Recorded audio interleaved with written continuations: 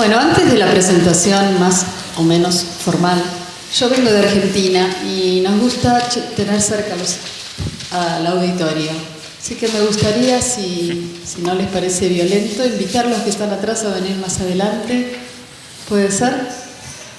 Así hay también una cercanía en las miradas y nos sentimos más como si fuera un aula. Allá solemos hacer, como tenemos la suerte de ser en general bastante pobres, nuestras aulas son sillas que se mueven, que no están atornilladas, entonces damos las clases en círculo. Y en general dialogamos mucho con los alumnos, o los alumnos suelen interrumpir bastante para preguntar, para que uno explique de nuevo o para hacer comentarios.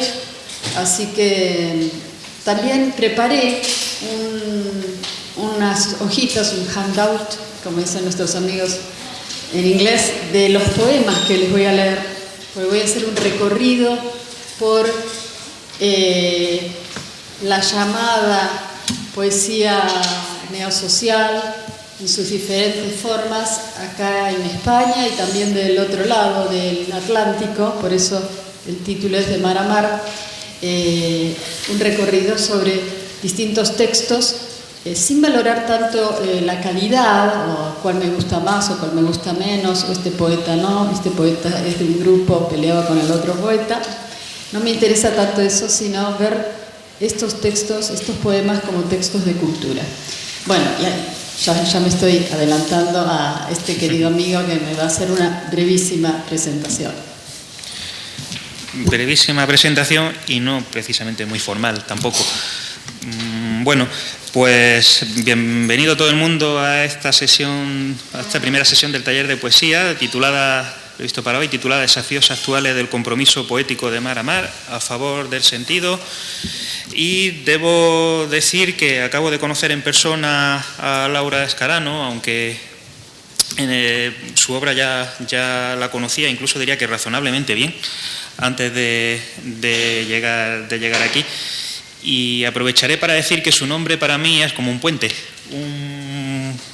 tendido en esa distancia tan grande y tan pequeña al mismo tiempo entre dos ciudades que son Granada y Mar del Plata, en este caso, porque ella es profesora de literatura española hispanoamericana en la Universidad Nacional de Mar del Plata, en Argentina, e investigadora principal del CONICET, que debe sonar muy raro decir CONICET. CSIC.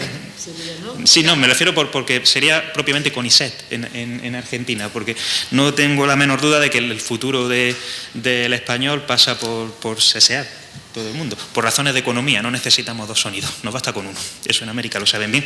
Bien, tiene una obra académica y ensayística inmensa y personalmente recuerdo, todavía está por ahí por casa, su edición de Los usos del poema, Poéticas españolas últimas, porque mi mujer hizo una tesis, entre otras cosas, sobre Javier Egea, y la otra Sentimentalidad, tema en el que ella es una referencia ineludible. Ha recibido numerosos premios y distinciones académicas, tanto en su país como en Estados Unidos, donde también estudió. De hecho, si me pusiera a enumerarlas, creo que les aburriría, así que ya les digo que son muchas. Bien, y además es poeta, autora de la serie Brevísima Relación del Desconcierto, que está compuesta por Diario de Navegación y Libros de los Naufragios, ambas editadas en Milán en 2015. Por mi parte, nada más, les dejo con ella. Bueno, muchas gracias. Gracias a Remedios y a Daniel y a toda la organización. Es uno de los festivales más bien organizados, eficientes, entretenidos, multiculturales a los que he asistido y da realmente gusto. Uno se siente muy bien acogido y la hospitalidad de los organizadores es impresionante, así que de corazón, gracias Remedios sobre todo. Bueno, cuando Remedios y Luis me propusieron venir, yo dije, bueno, voy a insistir en hablarles de lo que está pasando en la poesía de mar a mar. Eso no significa que, bueno, cite demasiados latinoamericanos, porque en realidad hace 30 años que trabajo estudiando la poesía española contemporánea. Entonces a veces uno pierde de vista un poco lo de la propia tierra, el propio continente, pero hay todo un movimiento importante de hace casi 2 décadas de hablar de poesía en español, ¿no? Una poesía desde un panhispanismo transatlántico.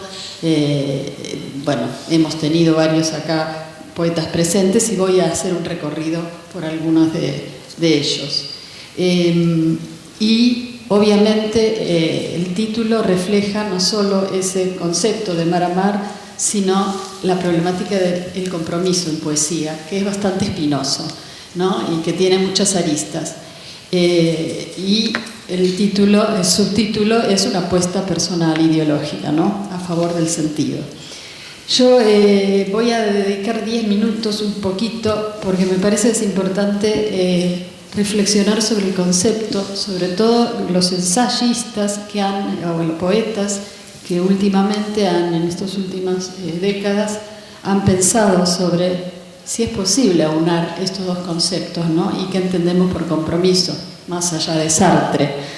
Y después ya me voy a dedicar a eso, lo que les decía, hacer un recorrido por las distintas formas o modulaciones del compromiso en la poesía en español en estas últimas décadas, no tanto, como les decía, para reafirmarme o elegir un grupo u otro, sino mostrar la variedad, y entiendo la poesía como un texto de cultura, más allá de alineamientos de capillas o de grupos siempre en controversia. Bueno, voy a recordar a Juan Ramón Jiménez, que dictó una conferencia en Madrid en 1936 titulada Política Poética, poco antes de su exilio en América, donde afirmaba: la verdadera poesía lleva en sí la justicia. En boca del máximo modelo del esteta, el sintagma política poética postulaba el arte como una actividad de gran utilidad para la transformación de un pueblo. Él se apoyaba en el ideal krausista que cifraba el progreso del individuo y la sociedad en el cultivo de la inteligencia y la sensibilidad. Desde esos presupuestos, escribir poesía era un imperativo ético, lo que derivó en ese comunismo poético por el que abogaba Juan Ramón. Y me parece acertada esta imagen para comenzar estas reflexiones sobre el compromiso poético en el nuevo milenio. Obviamente, lo primero, no se puede ignorar que el vínculo entre poesía y compromiso es para muchos un debate anacrónico, parte de una agenda atada a los mitos de la modernidad o a las utopías del arte engagé del siglo XX, ya definitivamente superados.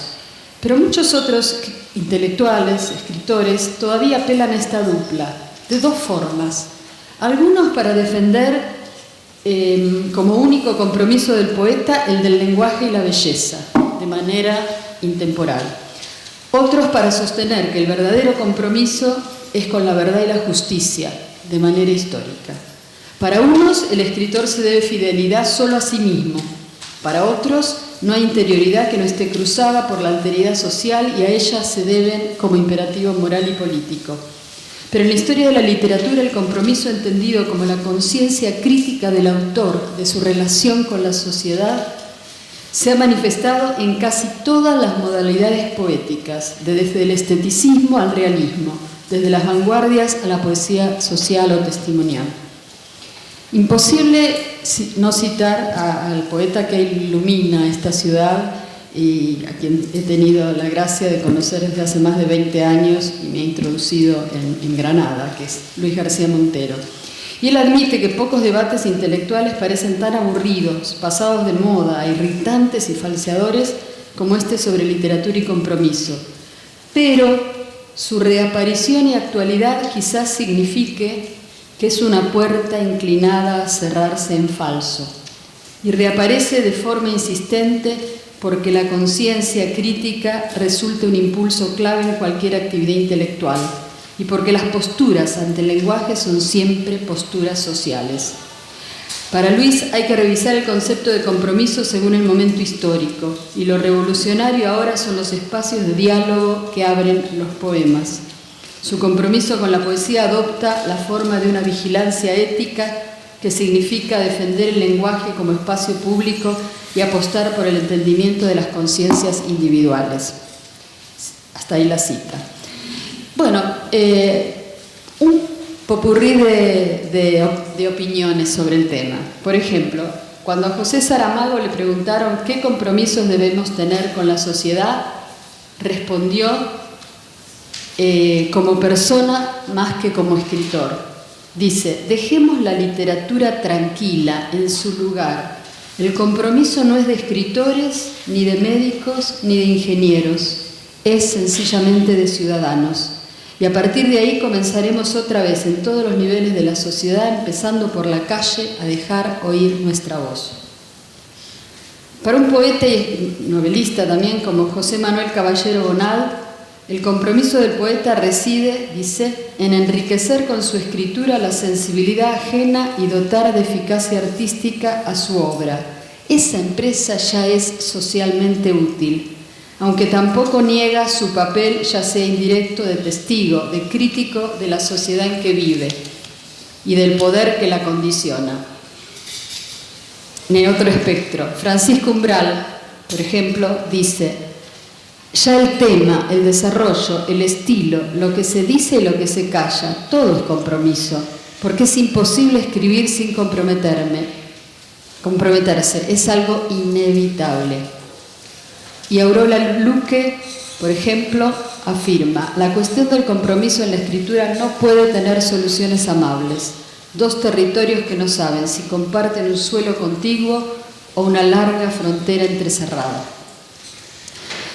Para mí, sorteando todos estos matices, parece haber un acuerdo hoy entre los actores del campo literario en plantear el compromiso a partir de dos principios: asumir el oficio como ética y entender la literatura como praxis o acción sobre el mundo. En ambas escalas se piensa en una poética apelativa, anclada en los efectos pragmáticos y sociales, en directa relación con los debates en torno al humanismo y la utilidad del arte. Se reivindica el valor comunicativo de la palabra, pero también su función nociológica, como acto de sentido que permite el conocimiento de sí y de los otros, vía de aprehensión de una verdad colectiva que no es un a priori absoluto, sino una entidad a construir juntos. Del oficio como ética ha hablado bastante Luis García Montero, titulando algunos de sus trabajos, y creo que expresa perfectamente en esta frase el sentido de ese lema. Me gusta pensar a la hora de hacer mi equipaje ético que el poeta representa a cualquier ser humano que pretende ser dueño de sus propias opiniones. A la imaginación moral y a la meditación de los sentimientos nos dedicamos los poetas. Es nuestro modo de pensar. Se trata del oficio de poeta. Y en segundo lugar, decíamos, entender la poesía como praxis o acción sobre el mundo retoma sin duda la idea de Jean-Paul Sartre, de hablar es actuar, es hacer por la palabra, interpelar conciencias, incidir en el espacio social, replicar las imposiciones de los poderes hegemónicos, aun cuando se haga desde márgenes estrechísimos en términos reales. Algo así como el giro ético del que habla el filósofo Jacques Rancière, porque la obra produce sentidos políticos no por la biografía del autor, sino desde su configuración misma. Recuerdo una interesante mesa redonda que tuvimos, que compartí con Benjamín, Luis García Montero, Almudena Grandes, Fernando Valls en Valencia en octubre de 2016, donde discutíamos justamente literatura y política. Y Joan Olesa, a quien se homenajeaba como figura central del encuentro, nos recordaba ahí que la idea de compromiso nació con la del intelectual frente al poder en el siglo XIX. ¿Cómo no recordar al gran teórico granadino Juan Carlos Rodríguez, maestro de maestros de esta universidad, que analizaba la emergencia de la palabra intelectual e identificaba con el sentido crítico de la literatura, cuando Solá publicó su famoso Yo acuso en el Affaire Dreyfus?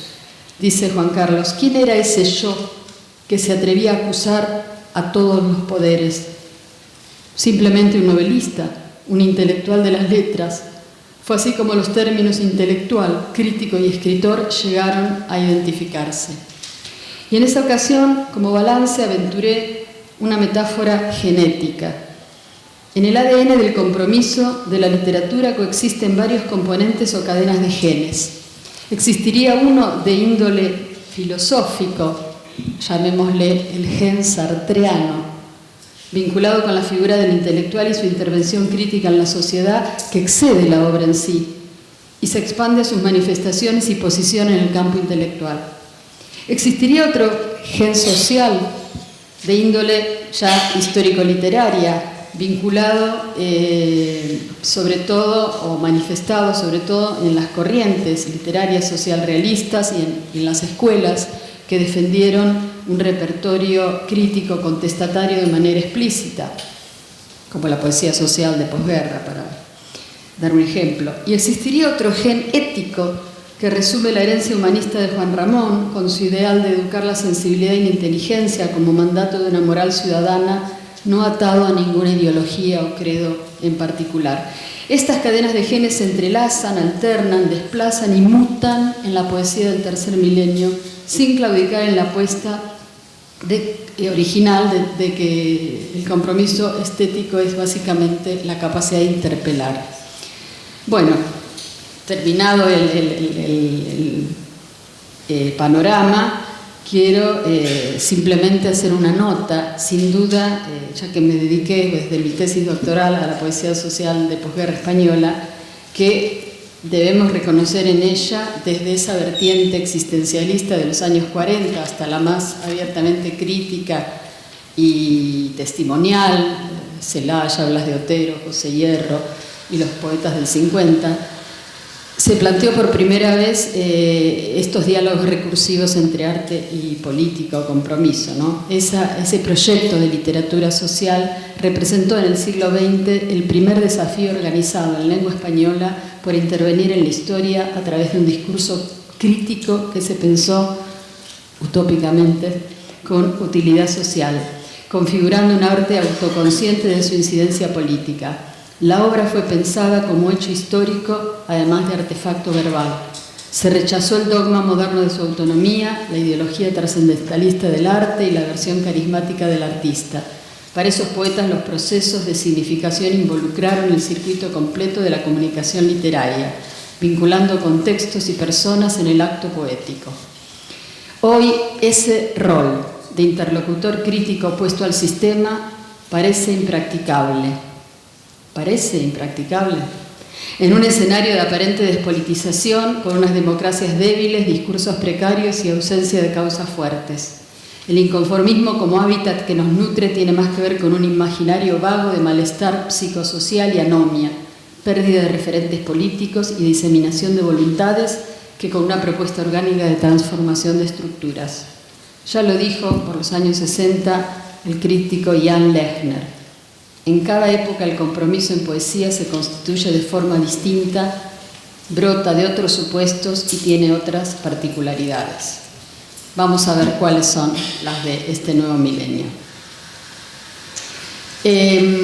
Muchas tendencias poéticas ya desde fines del siglo XX y de cara, ¿no?, ya en estas dos nuevas décadas del siglo XXI, han abordado el imaginario de compromiso en un abanico muy variopinto, desde la militancia revolucionaria a la meditación trascendental, desde el humanismo solidario a diversos hiperrealismos. Sin duda, mi colega y amiga Araceli Iravedra lo dice bien, el discurso del compromiso no es monocorde y los nuevos poetas han provocado un proceso de resituación y transformación de sus ideales formales y temáticos en virtud de su adecuación a las nuevas circunstancias políticas, económicas y culturales. Ya decía Juan Carlos Rodríguez, ¿no?, que el poeta comprometido actual ve la poesía como un útil ideológico y allí reside su potencialidad. Pero aquellos temas de la poesía social, la guerra civil, el exilio, la dictadura, la represión, no son los actuales, ¿no? Ahora tenemos la protesta en los conflictos internacionales, la cultura militarista, la crítica al neoliberalismo, la globalización, las denuncias de explotación en el tercer mundo, los desastres ecológicos, la discriminación de minorías, etc., ¿no? En esa senda de subversión ideológica, los poetas toman opciones diversas, ¿no? El arte ya no es una arma de cambio revolucionario, sino una labor que ya no cree en un pasado metafísico ni un sentido mesiánico para jugarse en una arena no solo pública, sino también íntima, privada e individual. Bueno, recorramos desde las dos últimas décadas del siglo XX, desde la otra sentimentalidad granadina de los años 80 a la poesía de experiencia como formación expandida a toda la península, desde el llamado realismo sucio al realismo de indagación, la poesía entrometida, la poesía de la conciencia, numerosos colectivos como la Muestra Feroces de Isla Correllero, las entregas de Voces del Extremo en Moguer, el Foro Social de las Artes en Valencia, diversos sitios y blogs y corrientes que aspiran a refundar un hispanismo transatlántico como Humanismo Solidario o Poesía ante Incertidumbre. Bueno, numerosos grupos, membretes, rótulos que voy a ir puntuando brevemente. En principio, Enrique Falcón y Antonio Méndez Rubio, miembros de la coordinadora de la Unión de Escritores del País Valenciano, que se articula con la labor teórica del colectivo Alicia Bajo Cero, propugnan una poesía insumisa, rebelde y libertaria. Falcón escribe una antología, 11 poéticas críticas en la poesía española reciente, en 2007, donde recoge diferentes textos que responden a la necesidad de indagar, dice, y experimentar modos de producir una literatura que comprenda la experiencia social conflictiva de nuestro tiempo. Es lo que podríamos llamar una escritura del conflicto, o poesía de la conciencia crítica, poesía en resistencia, etc. Otro colectivo es el de Voces del Extremo, coordinado por Antonio Orihuela, que celebra sus encuentros en Moguer desde 1999 y exhibe una sólida continuidad con más de una decena de antologías y prólogos teóricos bajo los auspicios de la Fundación Juan Ramón Jiménez. Y con ese marbete problemático, geocultural de extremo o periferia. También ellos proponen una poesía de la conciencia, de resistencia a lo políticamente correcto, desde presupuestos de índole marxista o humanista, ¿no? Algunos lo rotulan como generación de los 90. Eladio Horta, uno de sus representantes, dice que el compromiso del poeta se muestra, para que les suene, rompiendo versos a pedazos, escribiendo mal a conciencia, porque bien otros ya lo hacen y no ha ocurrido nada. Otro colectivo, en realidad, que nace de una antología que tuvo mucha repercusión, la de Isla Correllero, llamada Feroces, Marginales y Heterodoxos en la última poesía española, que se editó en el 1998, presentaba 23 poetas nacidos a partir de 1960, dice la prologuista, que hablan la lengua de mi tribu, comparten las raíces de la maleza, poseen el idioma universal de los extraños, de los agitadores, de los desobedientes, con un impresionante coloquialismo, muestran la vida sumergida, los lados oscuros y marginales de nuestra época, la insumisión y la ecología, con un lirismo hiperrealista, con otra vuelta de tuerca, dice, con más ferocidad, de ahí feroces. También han surgido varias antologías de poetas mujeres que coinciden en que los alegatos contra la discriminación de género son parte de una agenda comprometida, cada vez más visible y enfática, como afirma María Rosal Nadales. Dice, frente a un mundo donde las mujeres siguen oprimidas por razón de género, además de por razones económicas o de pertenencia a clase social, igual que los hombres, las poetas proponen la denuncia y la solidaridad, posturas que van desde el ecofeminismo a lo que denominan sororidad o hermandad femenina.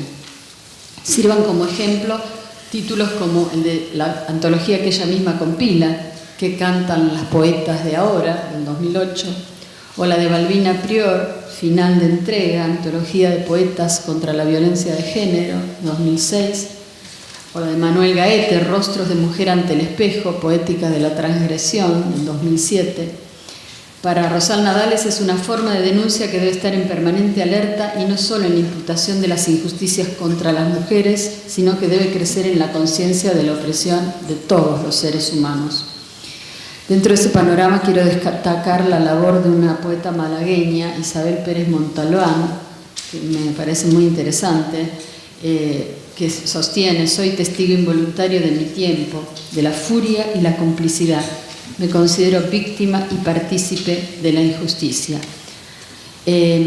Todas estas iniciativas manifestadas a través de movimientos colectivos, tanto como las de resistencia unipersonal, dice Luis Bagué, que se declaran a favor de un discurso atento a los desafíos del presente para expresar la disidencia en el territorio de los efectos textuales antes que en el campo minado de las ideologías.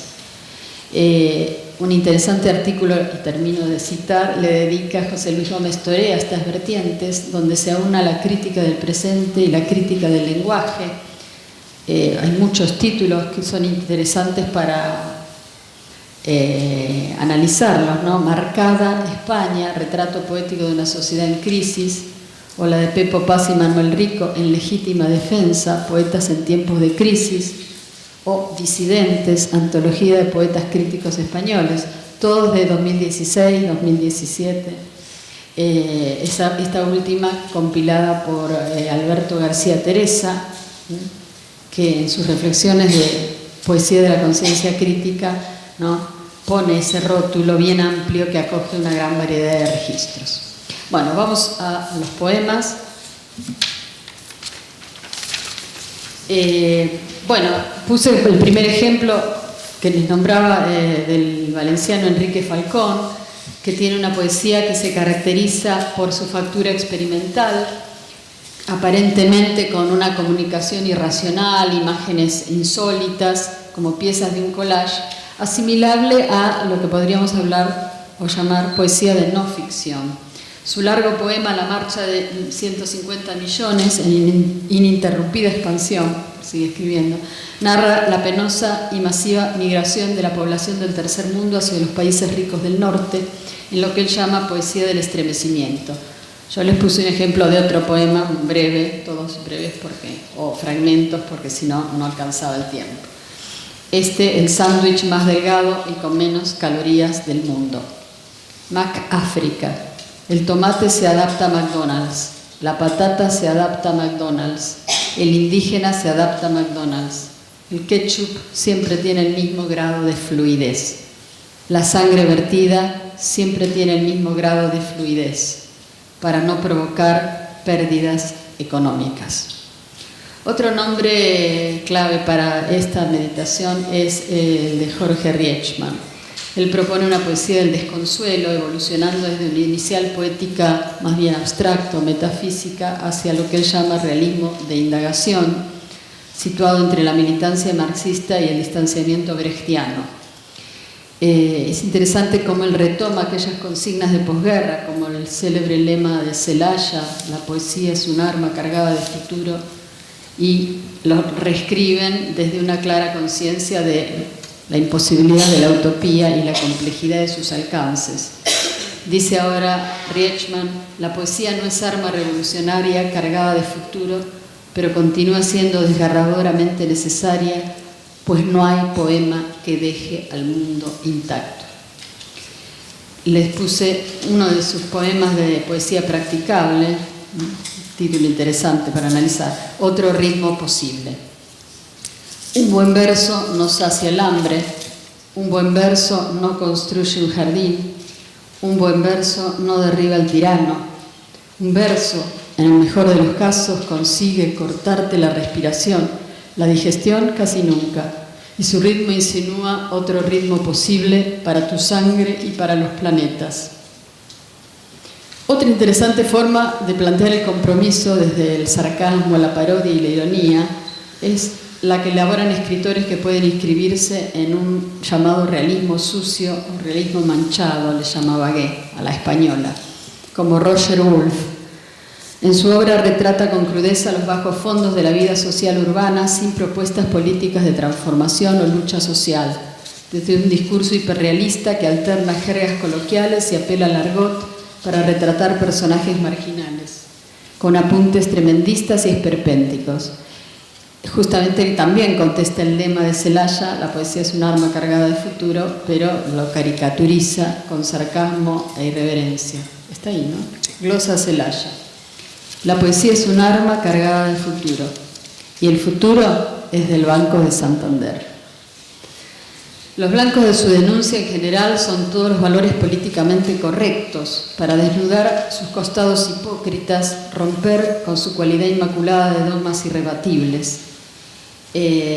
Por ejemplo, cuando trata de definir democracia, solo leo unos versos, la describe como un banal ejercicio que los ciudadanos cumplen como masa alienada y anómica, otra maldita tarde de domingo, satisfechos de su recién cumplido deber electoral, para rematar al final del poema diciendo: corderos de camino al matadero, dándole a escoger el arma al matarife. Mucho más escéptico, ¿no? Pablo García Casado, a quien se lo suele emparentar con el realismo sucio, aunque a mi juicio lo supera con creces, presenta una obra polifónica con voces que asumen la marginalidad urbana y microhistorias violentas y perturbadoras. Desde las afueras al mapa de América o dinero, Casado exalta la naturaleza política del hombre y retrata con un coloquialismo seco y prosaico la difícil tarea de supervivencia en el tercer milenio. Reivindicación de los márgenes y las periferias, dice: estar en las afueras también es estar dentro, cuestionando esos locus ideológicos. Denuncias sociales: yo tengo una tristeza, se llama desempleo. Proclamas antipoéticas: las palabras son basura, armas gastadas por el uso inofensivo, etc. En un poema estremecedor llamado Pesadilla, ¿no?, confronta el confort aparente de la vida actual frente a la tragedia. Sobre todo, todos los padres soñamos como pesadilla de un futuro apocalíptico. Contemplando el padre el sueño tranquilo de sus hijos, lo acometen visiones. Dice: donde el mundo avanza hacia un futuro pavoroso en el que ves salir a tus hijos descalzos por calles de sangre y cristales rotos y seres crueles y biónicos, y no puedes hacer nada porque estás atrapado en otra dimensión. Y les puse el final de una poética muy interesante que se llama Turn, Giro, donde repasa en 3 pasos la experiencia histórica española. Les cuento, en la primera parte presenta un presente imaginario y falaz, asignado por un optimismo patológico, es la sociedad del consumo y del bienestar española. Dice: éramos felices, teníamos trabajo. Viene la segunda parte, donde la sociedad fue advirtiendo que había menos para consumir y repartir, y sobrevino el ajuste. Dice: la gente fue apagando los braseros y volvieron los remiendos y las reparaciones, y volvimos a ser de nuevo este país que espera un milagro. Pero me interesa el giro que le da, giro, turn, en la tercera parte, ¿no?, donde el hablante asume un compromiso colectivo con el futuro. Dice, está en la hoja: hay un tiempo para todo bajo el cielo, un tiempo para cada cosa, y el tiempo es ahora y es aquí. He de encontrar un relato, una certeza. No quiero una rendición sin condiciones, no quiero culpas vacías o gestos de servidumbre. Quiero un discurso que me ayude a levantarme, a decirle a mis hijos: aquí tenéis la mañana, es toda vuestra, sin duda os pertenece. Bueno, otro tópico muy recurrente en estos textos es la denuncia del exterminio étnico, las guerras de la Europa del Este, los conflictos bélicos planetarios, las migraciones masivas, los refugiados, el carácter, transnacional de este planeta agrietado y en pleno revolución. Por ejemplo, aparece esto muy claramente, solo leo fragmentos, en el poema Efecto Mariposa de María Cuenca Sandoval. Dice: hombre pierde su empleo y golpea a su hijo. Avergonzado hijo insulta a una maestra. Inmigrante ilegal escupe en los zapatos de ciudadano comunitario. Zapatos de ciudadano comunitario aplastan a pequeña compañía fabricante de bolsos en Tailandia. Americano gordo paga en dólares, enferma a su regreso, muere el Día de Acción de Gracias, deja esposa y 2 hijos. El mayor mata niños en Irak, el menor morirá en un atentado. Pero también surge la denuncia desde un estilo delicadamente lírico, muchos poetas, donde se aúna claramente lo público y lo privado, como este de Itziar López Gil en su concentrado poema titulado Té, de esta tierra es mía. En esta taza de té cabe el drama de la guerra, la sangre que se ahoga en nuestras costas, todos esos ruidos que te dan tanto miedo cuando limpias las migas del mantel y cierras con los ojos la frontera. Muchos poetas cuestionan la esclavitud tecnológica también y desnudan las contradicciones vividas a diario por todos en esta sociedad del confort efímero e hipercomunicado, como lo muestran muchas de las voces que reúne José Luis Morante en su reciente antología Regeneración. En este caso cito un poema crítico de Javier Temprado Blanquer, numerado 9, de su libro Los vértices del tiempo. Cruzas la noche con el cerebro gris y lees las noticias en internet. Exhiben cuerpos sin vida, desechos de sombras a plena luz, sangre habitando con la suciedad. Circulan tus ojos por el mundo, Tombuctú, Alepo, El Cairo, Gaza, Newton, Sao Paulo, nombres sin imágenes, mancillados de olvido y portadas. Clic y cierras la página. Clausuras el dolor, ignoras sus nombres, su memoria desaparece entre el fuego de la muerte y a ti no te importa ni lo más mínimo. Entre tantas propuestas quiero destacar una muy interesante que se ha dado en llamar humanismo solidario, tenemos representantes aquí presentes, expandida al español transatlántico, que apuesta a una vuelta a los valores de la cultura y el arte, como bien lo ha expresado Remedios Sánchez García en su libro Humanismo Solidario, Poesía y Compromiso en la Sociedad Contemporánea, o varios trabajos de Francisco Morales Loma, Manuel Gaete o Marina Bianchi, para nombrar solo algunos.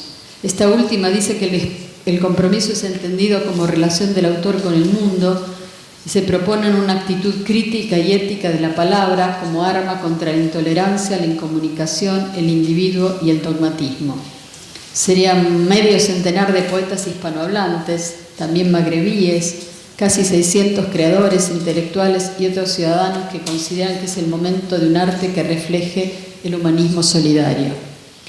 En esa senda surge también un grupo de poetas de ambas orillas del Atlántico que buscan confluir en esa matriz que ellos denominan poesía ante la incertidumbre y firman una especie de manifiesto para tomar posición, defensa de la poesía, que extenderán y profundizarán un año después en un viaje a la esencia. Proyectan un espacio común en ese imaginario poético del panhispanismo, eligen un rótulo cultural identificatorio como el ponerse frente a la incertidumbre para construir certezas, ¿no? Muy en el sentido que le di al título de mi conferencia, a favor del sentido. Dicen en el manifiesto, la poesía puede arrojar algo de luz para alcanzar algunas certidumbres necesarias.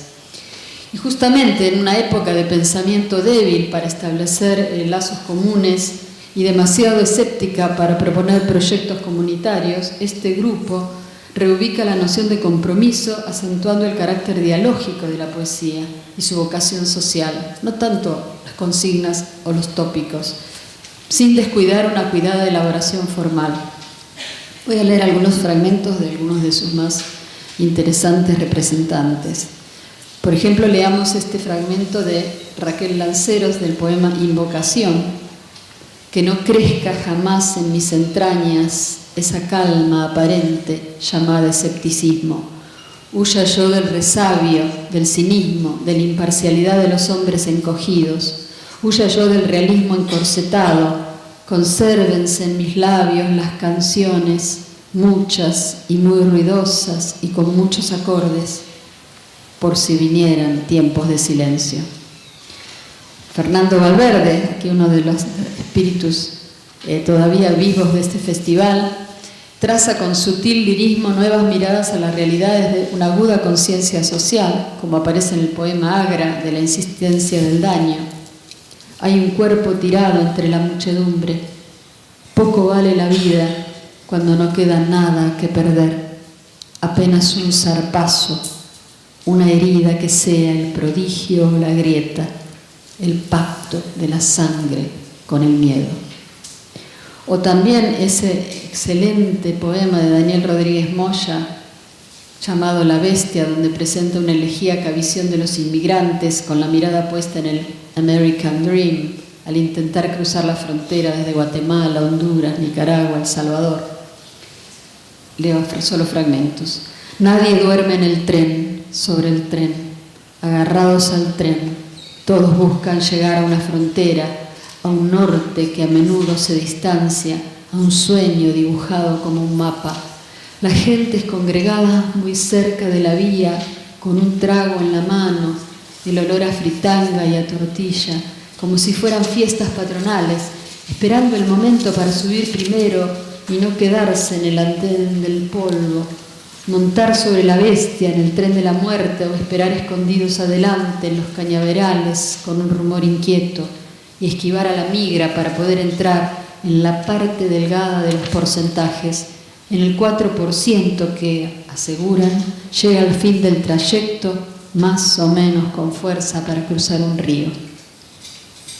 Una querida amiga y conciudadana argentina que vive en Italia, Marisa Martínez Pérsico, en esta misma senda, en su poema Los sonidos de Alepo, cruza la denuncia de los estragos de esa ciudad bombardeada, entrevista en sueños, con la interlocución íntima a su pequeña hija, confrontando el dolor ajeno con el amparo de los seres queridos. También un fragmento. La conciencia del crimen no nos salva del crimen. Más de 100 niños murieron en Alepo y un convoy de juguetes aguarda todavía. Todos ellos emulan tu rostro cuando duermes. Escribiré a tu lado este poema a las estrellas. La muerte siempre es de los otros. O Ana Merino, que retrata en ese bellísimo poema llamado Escena con niños, el drama de los refugiados, focalizando la tragedia infantil que involucra esas fatales travesías al primer mundo. Estalló la rabia ciega tratando de abrirse paso en la oscuridad del mundo. Su desesperación era el epígrafe de los desplazados que abarrotaban las lanchas llevando en sus brazos a sus hijos asustados, rígidos por los gritos y el frío del mar. Infinitas pantallas de plasma, superficies táctiles, espejos de luz para asomarnos al abismo de los desesperados y ser espectadores, mirones en un anfiteatro sin gradas, donde los gladiadores son ahora los niños esclavos de las guerras que salen a luchar contra las olas, de los que escapan del infierno y se vuelven mortales ahogados en las playas.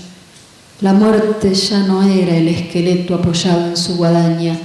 Su imagen medieval dejaba paso a la iconografía de los cuerpos vestidos de niñez sobre la arena.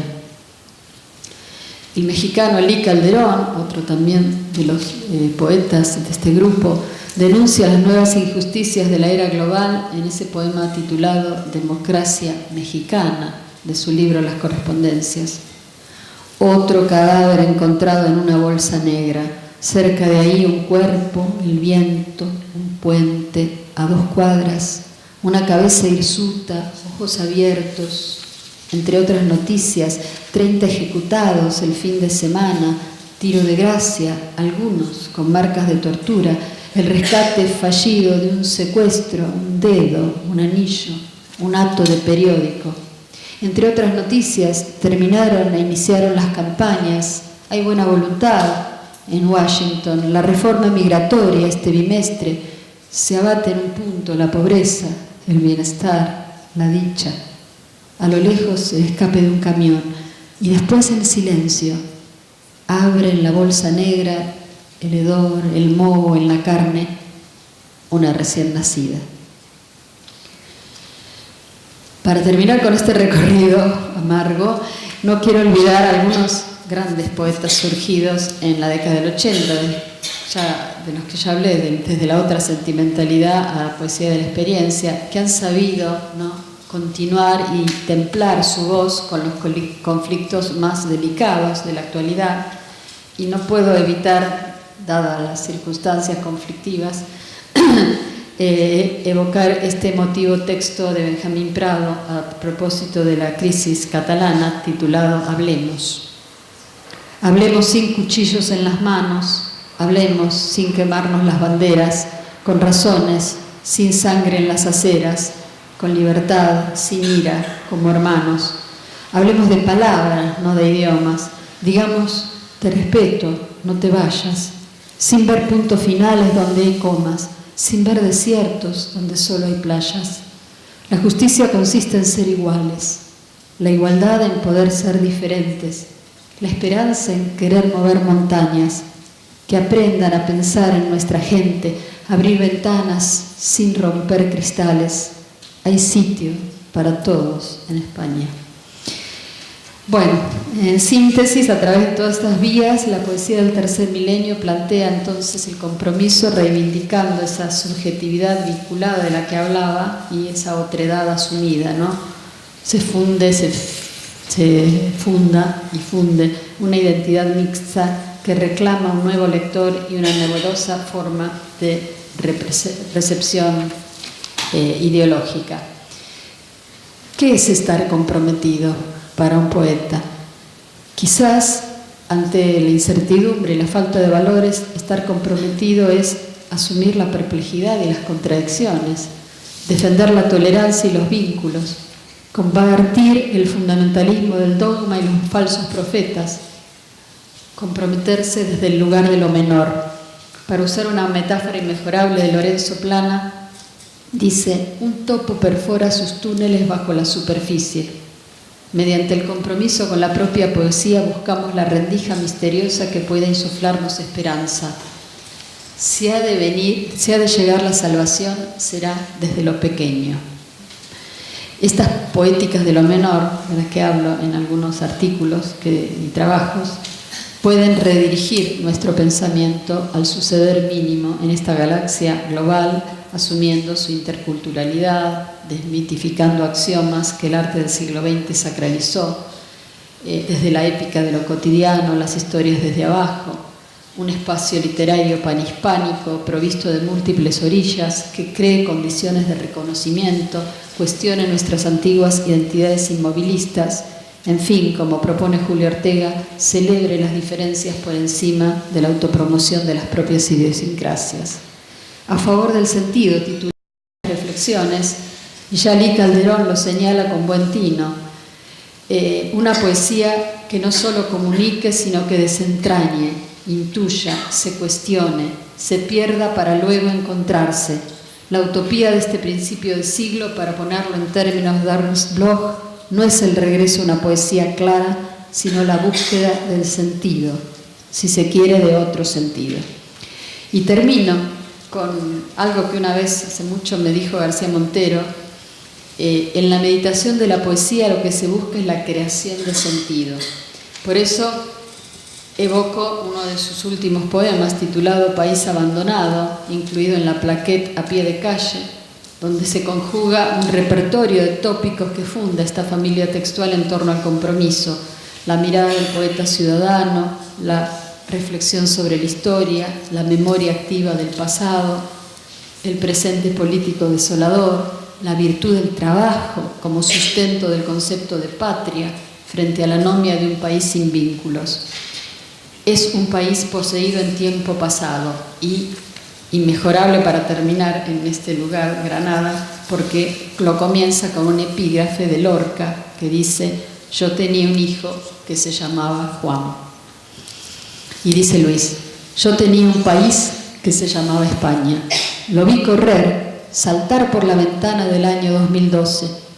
Yo tenía un país Cuando sonaban los despertadores, la luz seguía el curso de las fábricas y las calles buscaban el nombre de un colegio. Ahora no sé qué tengo. Tal vez es una iglesia abandonada, un barco a la deriva, la telaraña del hogar vacío. Yo tenía un país. Cuando sonaban los despertadores, se ponían de pie los puestos de trabajo. En el cristal de las consultas médicas, el futuro entregaba su memoria y el pasado pedía una cita imposible. Ahora no sé qué tengo. Tal vez es un periódico sin gente. Tal vez el viento triste que pone un vertedero en la mano del niño. Aquí no queda nadie.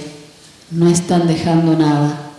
Yo tenía un país que se llamaba España. No están dejando nada. Nada. Nada. Gracias.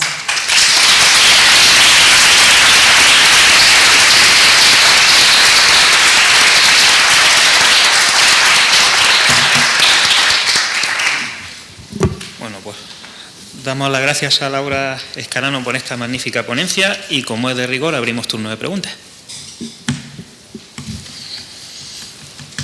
Yo quisiera agradecer a Laura su lectura de la última poesía, de la poesía desde la fuerza de la experiencia hasta lo que humildemente hacemos nosotros, ¿no? Que hemos intentado establecer esa comunicación transatlántica de la que hablaba. Uno anda siempre buscando el sentido de lo que hace y de lo que hacen las personas las que admiran, y la lectura que hace Laura de la poesía actual para mí es la más acertada y nos ayuda a construir un sentido a lo que vamos caminando o vamos navegando en ese río que fluye desde la tradición que es la poesía. Así que muchas gracias, Laura, por tus palabras y por tu siempre acertado análisis y lectura. Gracias. Habría que contradecir a Luis. No es que no queda nada, queda mucho, queda mucho, queda mucho. Y esto fue una demostración, este festival. Bueno, no quiero extenderme mucho porque todavía tenemos que justamente escuchar a uno de los artífices de Poetas ante la incertidumbre, que viene del otro lado del mar, a Federico, ¿no?